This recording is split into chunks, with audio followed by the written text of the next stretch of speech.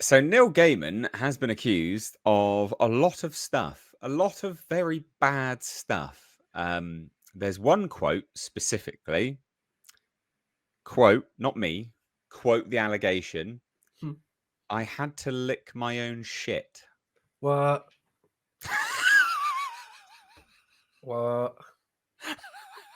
This escalated fast, way too fast. I was not expecting. Okay. Okay. Mate, it's mental. It is proper mental. Oh. Jesus. So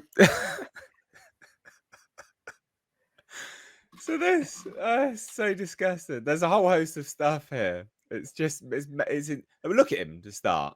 You know, feminist. He's a male feminist. He's a male feminist, and he's proud. It's important to note that as we get through this. All right. It He's is a male feminist, surprising everyone. how often that degeneracy. I'm not saying people on the right or people that are patriots or nationalists or whatever are never degenerate weirdos. Of course not. But the amount of them that are lefties or socialists is off the charts. Yeah. Okay. What is it? Fecophilia? Is that what it is? I don't know. I've not looked into it. Notorious feminists, male feminists, they are notorious for being like scum. Like there's always skeletons in their closet. Out of their mind. It's the type of if you're a man and you like proudly proclaim you're a male feminist, you're obviously in that mind space where you want to heap guilt and destruction or whatever upon yourself. Yeah. Or humiliation, the type of thing. Because it's not my bag, right? I'm not into pain. I'm not into humiliation. I'm not into piss and shit. I'm not even into feet, right? So, but it all makes sense, right? If you hate yourself and you, it makes sense though. It does make sense if you're a lefty and then you're into sort of humiliating yourself, being a male feminist, and then throw poop on top of that, a poop fetish. I mean, oh man. They did there was a study on people that like feet. Apparently it's something to do with some part of your brain is accessed and it gets it confused. So there's actually there's a biological reason why people like feet, and it's something to do with a lapse in your brain. I can't remember it exactly. I'll have to try and find that because it's not interesting per se, but it was, I don't know, it was a weird, anyway, whatever. I buy that. I buy that. If you're into feet, you've got a chemical imbalance in your brain. I buy that. That makes sense to me. That rings true to me. Yeah. It's a fucking weird thing to like. Sorry to all the feet guys out there. Actually, no, I'm not sorry. Weird. I'm not sorry. Feet are weird. So anyway, multiple women have accused the Sandman and Coraline author Neil Gaiman of sexual assault in a New York Magazine cover story, speaking on the record about their experiences. So was named. They were happy to be named. Back in July, Tortoise Media broke the news that Gaiman had been accused of sexual assault by two women and released a 6-part podcast. Quote, Master was the title, which covered the allegations of 5 women. However, several of the women had used only their first names or pseudonyms to protect their identities, and a major news organization had yet to corroborate the full extent of the reporting until now. It is important to note this is Variety. This is a big media outlet that's doing this report that I'm reading from. So it is a big media outlet. So in the New York Magazine piece titled, There is No Safe Word, reporter Lila Shapiro spoke to 8 women who had similar experiences with Gaiman, 4 of which also participated in Tortoise's podcast.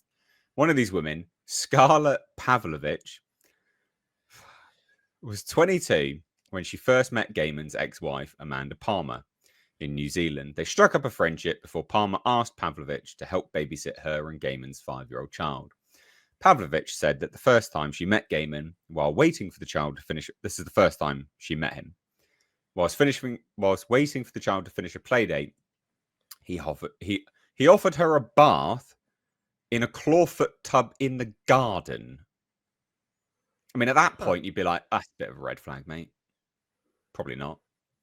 Yeah. She alleges He then joined her in the tub, naked, obviously, and asked her to sit on his lap and sexually assaulted her. We're going to get graphic now, guys. He put his fingers straight into my arse and tried to put his penis in my arse, and I said, no, no. Then he tried to rub his, I'll just say bits, between her tits, and I said no as well. Then he asked if he could come on my face, and I said no, but he did anyway. He said, call me master, and I'll come. He said, be a good girl. You're a good little girl. This is the tame stuff. This is the tame See, stuff. what I don't get, like when the first inappropriate thing happens, how isn't she jumping out of this hot tub or whatever it is in the garden? It's like, a no, bath don't in put the your garden fingers up my ass, but I'll still sit here and wait for more things to occur. Like, what? Really? Wait for it. Okay. This is the tame stuff, mate. Pavlovich claims this continued for the remainder of the time that she babysat for the family. So she kept going back. Right. Including an instance where he allegedly attempted to have anal sex with her using butter. But using butter as lubricant. Oh, there's that film, is it Last Tango in Paris or something? Where, do you know that? Anyway, yeah. Oh, jeez. Wait for it. What a scumbag. When it was over, he called her slave and ordered her to clean him up. She protested that it wasn't hygienic. Are you defying your master? She recalls. I had to lick my own shit. I don't want to victim shame. I'm loathed to victim shame. But how do you? Shit. She should never have gone back. It's got a buttery biscuit base. What do you say to that? She shouldn't have. Again, the second something was inappropriate was done on the first encounter, you immediately leave and never go back. Like she's trying to build a case against him or something. Oh, it's mental. It's actually mental. So here's where it gets interesting. So representatives for Gaiman told the Tortoise podcast that, quote, sexual degradation, bondage, domination, sadism, and masochism may not be to everyone's taste, but between consenting adults, BDSM is lawful. Don't really deny anything, okay? Though the New York Magazine article states that all of the accusers had at some point played along by calling him master as he desired and continuing to communicate with him, the women alleged that consent and specific BDSM activities had not been discussed and agreed upon prior to them happening. At another point, Gaiman was staying with his son at a hotel in Auckland and asked Pavlovich to watch the child as he got a massage. She alleges that he then proceeded to have sex with her whilst his son was in the room and continued to talk with him during the act. His son. Pavlovich says she asked Gaiman, what the F are you doing? And was in a state of shock during the incident. Gaiman has strenuously denied all allegations against him since the Tortoise podcast came out, asserting that all relations were consensual. In a statement in response to Pavlovich's allegations about the hotel room incident, his representatives called it false, not to mention deplorable. Gaiman's reps did not immediately respond to Variety's request for further comment, though. So Pavlovich remained in contact with Gaiman after that point, even reassuring him at one point that their interactions had been consensual. Eventually, she agreed to sign an NDA and was paid a total of $9,200 in 9 separate payments. And in January 2023, she filed a police report accusing him of sexual assault, but the matter has now been closed, the police spokesperson told New York Mag. So, all a bit weird. The money's a bit weird. The statements now are a bit weird. The NDA is a bit weird. But wait, Pavlovich got off lightly. Okay. Sure, she might have had to lick buttery shit. But she got Well, no, she didn't get off lightly. Actually, she got screwed here. Sorry, she got screwed here financially. $9,200. That's light. That is a light payment in the grand scheme of Neil Gaiman. He's done a lot of these payments, and a lot of women have taken a substantial amount more. Caroline, who opted to be identified just by her first name, also signed an NDA after her experience with Gaiman. She worked as a caretaker and sometimes babysitter on Gaiman's property in Woodstock, New York, and the two began a physical relationship after her husband left her in December 2017. According to New York Mag, Caroline once fell asleep reading stories to the child in Gaiman's bed. When he returned, he got into bed with his son in the middle, then reached across the child to grab Caroline's hand and put it on his bits. Caroline says she jumped out of bed. He didn't have boundaries. Caroline told New York Mag, I remember thinking that there was something wrong with him. In December, Caroline claims Gaiman's business manager offered her $5,000 to sign an NDA and move off the property. She asked for a much higher sum, $300,000, to which Gaiman agreed. So Pavlovich, buttery shit girl, got royally screwed. And he got $9,000 for her troubles. Thing is, I never have much sympathy for people that take handouts like that. It's like either it's a crime, a sex crime, and you genuinely think it is, in which case go to court, or take a payout and then it's very, very close to admitting that you're a form of prostitute. Right? Because I mean that's what Diddy did to loads of people that he essentially abused, essentially committed sex crimes against. Then said, look, to make sure it doesn't go to court, just take loads of money. Hundreds of thousands of dollars, millions of dollars, or whatever. And it's like, well, then it's on that person. I'm afraid it's an extra level of trauma or something. But you've got to make a decision. Yeah. Was it a crime or not? Yeah, and if it is, then you can't take money for it. Like, yeah. But that's got to be galling for that woman that took $9,000 that she could have got 300. Can you imagine sitting down reading this? Fucking, I get $9,000. Fuck. Or Neil Gaiman goes, so how much is it going to take for you to be quiet? She's like, $9,200. And he's like, done. Done. Sold. Yeah. Oh, we shouldn't laugh. It's horrible. It's disgusting, isn't it? Oh, it's absolutely brutal. So his representative told New York Mag that Caroline initiated the sexual encounters and denied that he engaged in any sexual activity with her in the presence of his son. Another accuser is Kendra Stout, who was 18 years old when she first met Gaiman at a book signing in Florida. Their relationship turned physical around 3 years later. In 2007, she alleges that he actually raped her during a trip to the Cornish countryside after she repeatedly told him no due to having a bad UTI. Stout filed a police report in October, according to New York Mag. Catherine Kendall, who was 22 when she first met Gaiman in 2012, also spoke out, alleging that Gaiman attempted to assault her in his tour bus after she told him she didn't want to have sex with him. New York Magazine reports that years later, he gave her $60,000 for therapy, as he put it in a recorded phone call to make up for the damage. Apparently a direct quote. That's some sort of acceptance of guilt, isn't it? And if this has been going on for years and years and years, which it seems to have done, and some sort of pattern of behaviour, this guy's a full-blown wrong un. He's like some sort of unconvicted sex criminal, it seems like. His last name's probably secretly Biden. I tell you, if there was a kid at my school in the 90s whose surname was Gaiman, they would have been absolutely endlessly... Right. They would be endlessly ripped. Yeah. So funny. Well, so just real quick, and then we'll get your thoughts. Neil Gaiman has responded to this. Over the past many months, I've watched the stories circulating the internet about me with horror and dismay. I've stayed quiet until now, both out of respect for the people who are sharing their stories. Why? If they're wrong, why would you wouldn't respect them, would you dickhead? Out of a desire not to draw even more attention to a lot of misinformation. If it's misinformation, why are you letting them out of respect? That's stupid.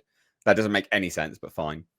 I've always tried to be a private person and felt increasingly that social media was the wrong place to talk about important personal matters. I've now reached the point where I feel that I should say something.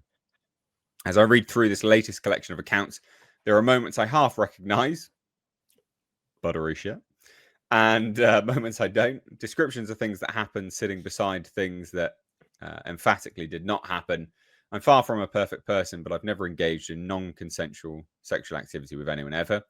I went back to read the messages I exchanged with the women around and followed the occasions that have subsequently been reported as being abusive. These messages read now as they did when I received them, of two people enjoying entirely consensual sexual relationships and wanting to see one another again. At the time I was in those relationships, they seemed positive and happy on both sides.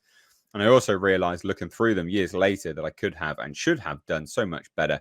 I was emotionally unavailable while being sexually available, self-focused, and not as thoughtful as I could or should have been. I was obviously careless with people's hearts and feelings, and that's something that I really deeply regret. It was selfish of me. I was caught up in my own story and I ignored other people's. I've spent some months now taking a long, hard look at who I've been and how I have made people feel. Like most of us, I'm learning and I'm trying to do the work needed. And I know that that's not an overnight process. I hope that with the help of good people, I'll continue to grow. I understand that not everyone will believe me or even care what I say, but I'll be doing the work anyway for myself, my family, and the people I love. I'll be doing my very best to deserve their trust, as well as the trust of my readers. At the same time, as I reflect on my past and as I re-review everything that actually happened, as opposed to what is being alleged, I don't accept there was any abuse. To repeat, I've never engaged in non-consensual sexual activity with anyone.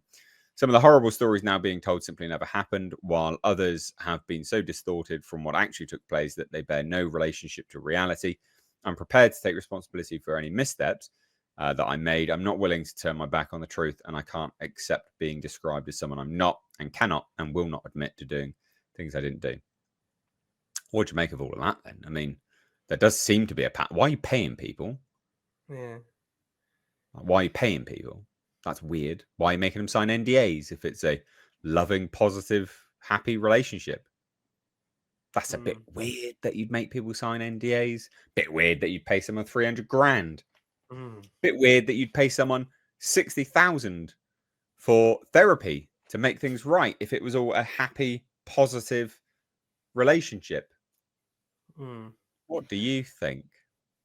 I mean, that may be one of the details that you said that he's claiming simply isn't true. It's one of those things where, for me, it seems like now all these details are new to me in the last few minutes. It seems to me it's still in the he said, she said realm. I would tend to think that there is probably some terrible things have gone on, right? But until they're sort of proven or unproven, who knows? But you know, if I had to guess, I would suspect that he's at the very least, like a sexual degenerate of some type, and that's at the very, very least. If not, has actually committed crimes.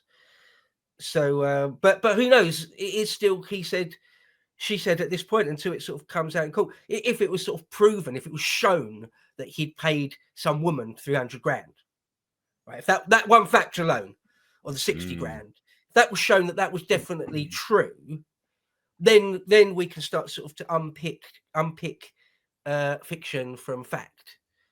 The 60 grand one was apparently definitely true because they saw a quote, a phone call for the purpose of what the money was for. So that one is definitely true. Right. So then, right then, the balance of probabilities are that he's done all sorts of effed up shit.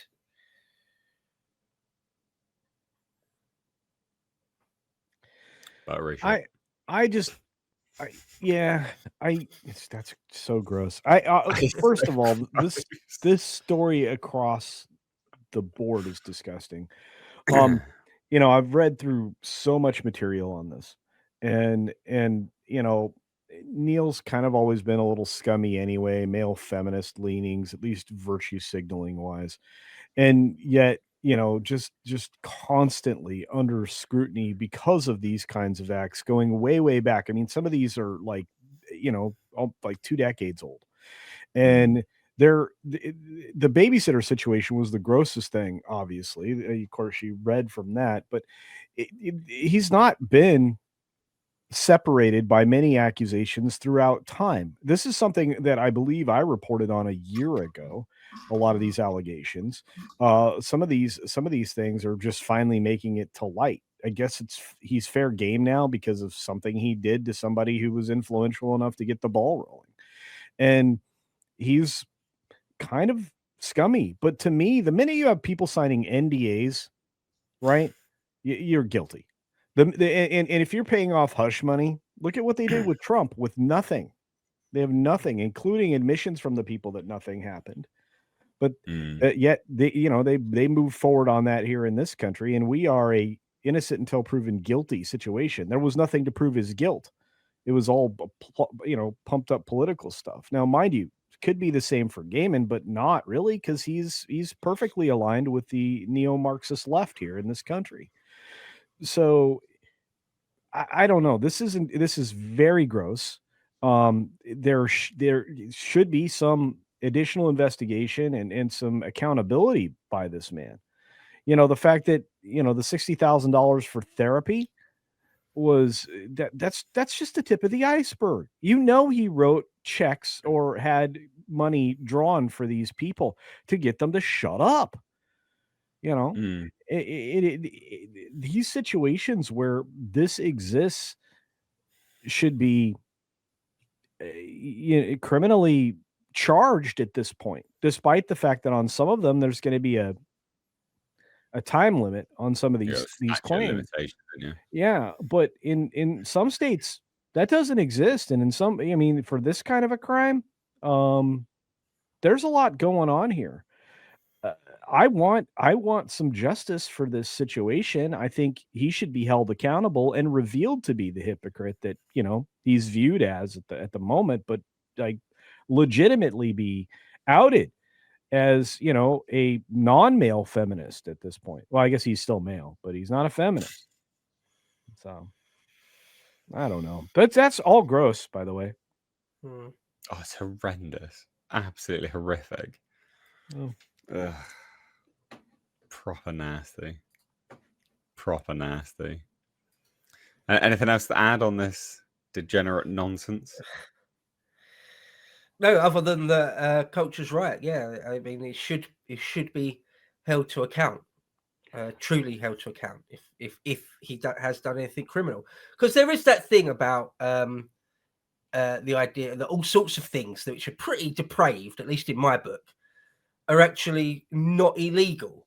It's like it's not advisable, but it's not illegal. That old thing. Well, but no, it seems like some criminal things have gone down. So yeah, culture's right. It should answer then for those, at least, at the very least. And yeah, it's the classic thing that because he's sort of a darling of the left in some ways, they'll just try and endlessly cover up for him.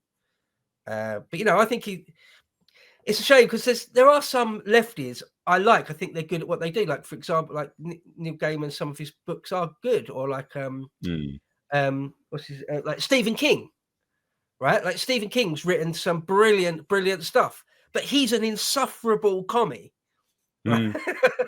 Also, probably a pedo as well. To be fair. Oh, yeah, I've heard whispers about him as well. But he wrote a bloody child orgy scene, didn't he? Really? In what? What was that in? It.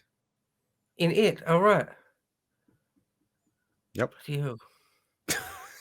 Loads of the things he writes are like really close to the mark. Loads of the things, but yeah. I mean, what do you think then, Nate? Oh, look, mate. I think it's tricky to say, isn't it? Like, I think at the end of the day, if you're signing NDAs and giving money away, that's highly sus. But then it is weird how these women kept going back to him. Like, look, mate, if someone's like, hey, do you want a bath? Yes, outside in my garden, though. I'd be like, no. Like, obviously, no. Like, and so that's weird anyway, that she was like, yeah, sure, let me have a bath outside in your garden. Like, no, obviously not. That's just weird. But then the moment he gets in the bath, you'd be like, didn't agree to this. Soz. Yeah. Like, unless these women are like drug-addled, homeless, freaks, I can't see why they would stand for it. Like, Are they really that desperate for the job that they're like, oh yes, Neil Gaiman, yes, certainly, keep doing these horrible things to me? It's all a bit weird, to be honest. I think at the end of the day, I think he is one of those situations where, I don't know, maybe I hate to use the terminology, but like maybe he abused his position of power, I guess, his sort of status in the world. I would have thought so, And yeah, they were caught up in his thrall and then later regretted it. That's what I would put it down to, more than anything, because they kept going back. Well, one of them kept going. Well, no, a few of them kept going back. One of them didn't. One of them was like, oh, no, yeah, no, yeah, one of them was. Yeah, no, pretty much all of them, they just kept going back. I can't. That doesn't make sense to me. But then it doesn't make sense that you pay someone $300,000 either. $300,000. You just be like, yeah, sure, take it. If nothing, like, I reckon it was consensual up to a point of the degeneracy, right? The deviancy. I reckon it was consensual up to a point, and then he went way too far with his depraved proclivities. That's what I reckon happened. And then it did border in. Well, then I think it crossed absolutely into non-consensual stuff, and that's where the money comes in, I reckon. I definitely think I would have thought you're right about the power thing, where he kept saying, like, call me master or whatever it was. Yeah, so it's a power thing. It's about power. Yeah. Yeah. Gross. Yeah, guys. It's gross. Nasty. Again, I've been reading this stuff for a while, and this is worse than what I reported on a year ago. I mean, this is just buttery shit. Oh, stop it. It's funny. It's so gross that for me, it's so gross that it becomes almost funny. I was watching an old episode of It's Always Sunny in Philadelphia the other day, one of the early episodes. Don't know if you ever see it, where Danny DeVito poops the bed. And the whole episode is about who's pooped the bed. And it ends with him going, no, I did it. And they're like, why? Why would you do that? And he's like, it's funny. Poop's funny. But that's it. That's the end of the episode, right? So up to a point. Up to a point. But yeah, it's so bizarre. It's so mad. It's so mad to me that so gross. Yeah, you can only sort of shrug your shoulders and laugh, I suppose. Yeah. Right, we got some super chats about this. So, the racist philosopher has super chatted £10 and says, I read some Neil Gaiman when I was younger. Not shocked to learn yet another figure in modern media and entertainment has turned out to be a complete degenerate. Seems a prerequisite these days. Does seem to be. I mean, there is that whole thing that before you're allowed in the club, that they have to have it's a story as old as time almost. That they have to have something blackmailable on you. Yeah. So that's again it's about power and control, right? We're not going to let you in the club unless, and even if you are clean, if you've got a completely clean history, well, then you have to sully it, you have to dirty it, so that we know. Well, if you're already that way inclined, yeah, it is almost a prerequisite. Yeah, no, I agree with that. Stephen McBride says Gaiman is pro-Trump. Maybe these claims are BS. Is he? I didn't think he was pro-Trump. Is he? Is he pro-Trump? I didn't know. I didn't think he was, but I don't know enough to say. He might be. I didn't think he was. Yeah, I don't know. Let us know in the chat if he is. I didn't know he was. But there you go. Gaiman and the allegations. We'll move on from that degenerate nonsense now.